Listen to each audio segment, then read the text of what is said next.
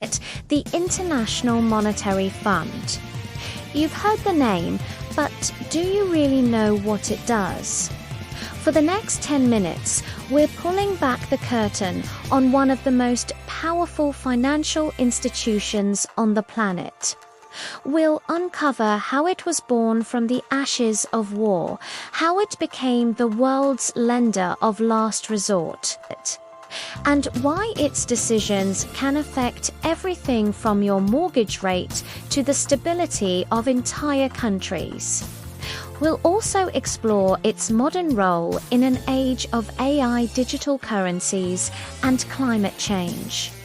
Stick around to understand the hidden forces shaping our global economy.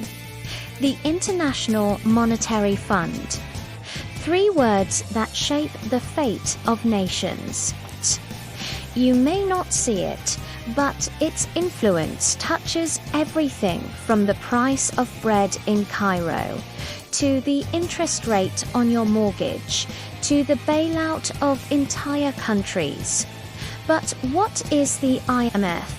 How did it become the banker of the world? And what future does it hold in an age of digital money and global turbulence? The story begins in 1944 at the Bretton Woods Conference in New Hampshire. The world had just emerged from 2 global wars and the Great Depression. Economies were shattered. Currencies were unstable. So 44 nations gathered to design a new global financial system, one that would ensure stability, prevent another depression, and rebuild prosperity. The result: the birth of the International Monetary Fund. Its mission was simple: to promote global monetary cooperation, stabilize currencies, and lend money to countries in trouble. In its early decades, the IMF was a guardian of the Bretton Woods system, where currencies were pegged to the US dollar and the dollar was backed by gold. If a country's economy stumbled, the IMF stepped in with short-term loans to stabilize it.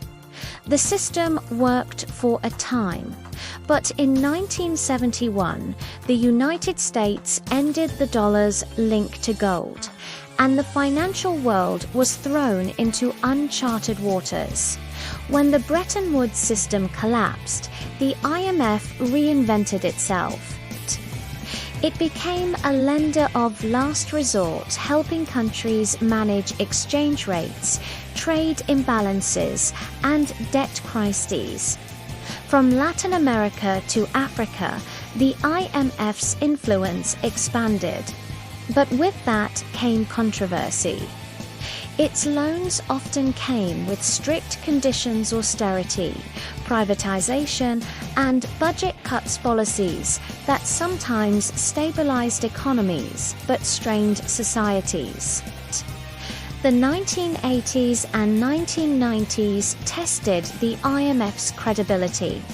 The Latin American debt crisis and Asian financial crisis saw the fund step in with huge bailout packages.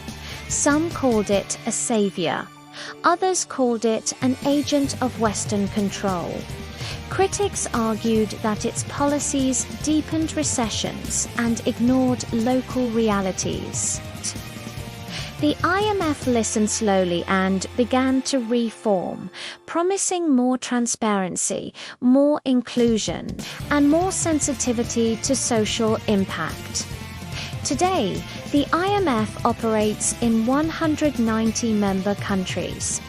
It no longer just lends, it advises, monitors, and even helps shape global economic policy. Its resources come from member nations' financial contributions, called quotas. The bigger your economy, the bigger your vote and your influence. The United States still holds around 17% of the votes, giving it an effective veto on major decisions.